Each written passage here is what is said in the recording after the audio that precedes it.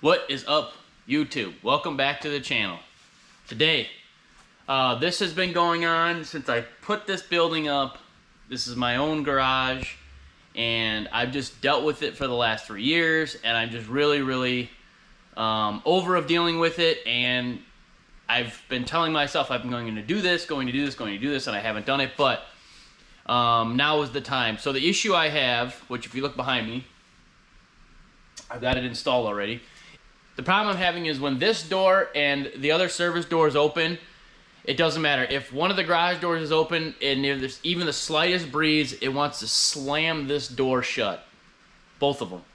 And I got 2 kids running around, and the kids are always in and out, opening and closing the doors, and I could just see it's just an accident waiting to happen, so I want to avoid the accident, so I finally broke down, spent the time, and installed this closer. I installed one on each door. It seems to be working well. The only issue that I'm having with it is after I get it adjusted just right, they close nice. The garage doors, when they're open, the overhead doors, then it wants to close a little hard, so then you adjust it back a little bit, and then it doesn't close quite hard enough, and then it doesn't latch. So it's just a constant battle back and forth.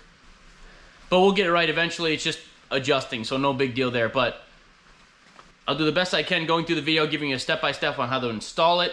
My install was a little different only because this is a metal door and not a wood door. So that made it a little tricky, but we got it. All right, I'm gonna quit talking. Let's get to the video.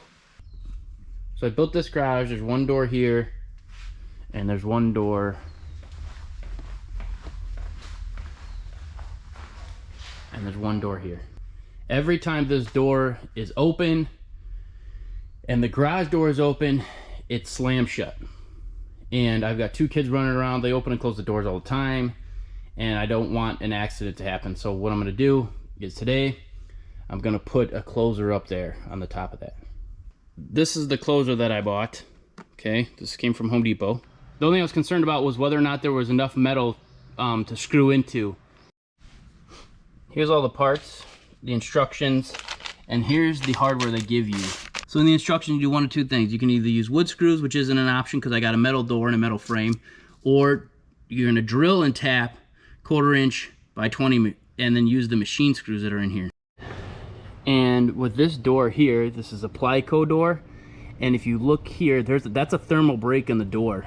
So I called the manufacturer to find out, and what they said is if you have a 92 series door, they put blocking up here so that you can put a closer on it if you need to. I checked the model number. That's the model number. She says she's pretty sure, but not 100% sure. So what she did was give me the number to the salesman in my area to find out. So I want to just get confirmation on that, and he also maybe can tell me exactly where the blocking is so I know exactly where to put the closer. If I can't get the information, I'm still gonna try it. This is my own door. This isn't a customer's door. So I'm gonna try it, and worst case scenario is I will have to drill all the way through to the other side and then put male and female bolts to put it in there. I did call my builder also, and he pretty much said the same thing. If the blocking's in there, you can do it that way. If the blocking's not in there, what they've done has gone all the way through. The only thing I'm not sure about when I start drilling, I guess, is if it's not a full metal door on the inside, which I don't think it is, and it's wood blocking in there, I'm gonna be using the wood screws. So I need to find out, if I can, where exactly that blocking is at before I go drilling holes. After some deliberation with the hardware that they gave me, I decided to not use it because I didn't want to take a chance of it not being enough metal. So I got these. These are called Sex bolts. I got them on Amazon. They're for 1 3/4 inch door, so they're the right size. So we're going to use those instead. And the way these work is, see, that end is threaded. So what you do is drill a hole, you put this all the way through, and then the screw catches it on the other side. This way, you know it's going to screw in there. You don't have to take a chance with not having enough metal. All right, I looked at the directions, and according to the directions, I'm going to put it on this side because I want it inside, and it's going to be on the side that's outward swinging. All right, I got the the closer up there, and I made sure it was level and marked my hole. So now I'm gonna drill those 4 holes.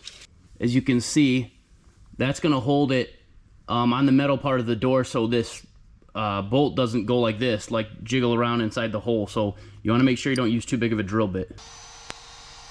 One thing I forgot to mention before marking the holes is there's a table in the instructions that tells you how far away the closer has to be from the hinges. I probably can't get it to focus on the hole close enough, but you can see there's not much metal there.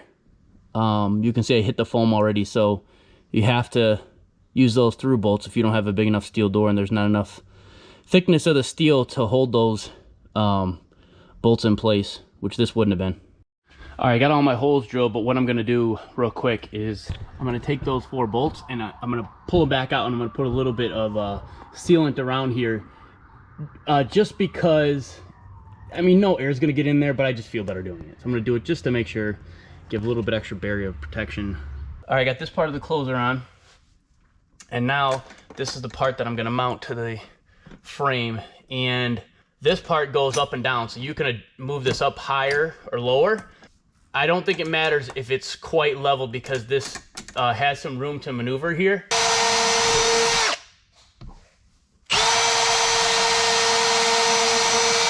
Okay, got both parts of the closer on, this part and this part, and now there's 2 screws on the side for adjusting. One screw is for the closing speed, and the other screw is for the latching speed. So I'm gonna try it out, see how it closes, and then we'll go from there. I second guessed myself and thought this was wrong, because when I looked at the picture, none of the pictures have the arm like this. All the pictures have the arm like this, and then this arm like this. And I'm thinking, I think that's why I did that. And I'm like, oh, I better put it over here. But then when I did that, this wanted to bind up more, because I didn't have enough room between here and here, because this jamb is so wide. So it sticks the arm out too far, and you can't adjust anymore. I'm already as tight as I can go. So that's why I think I put the arm out there, and then I looked at the picture again. I'm like, oh gosh, I made a mistake, and I should have just left it. Basically is what this comes down to. I should have left it, not messed with it anymore. It was working fine. It's good to go.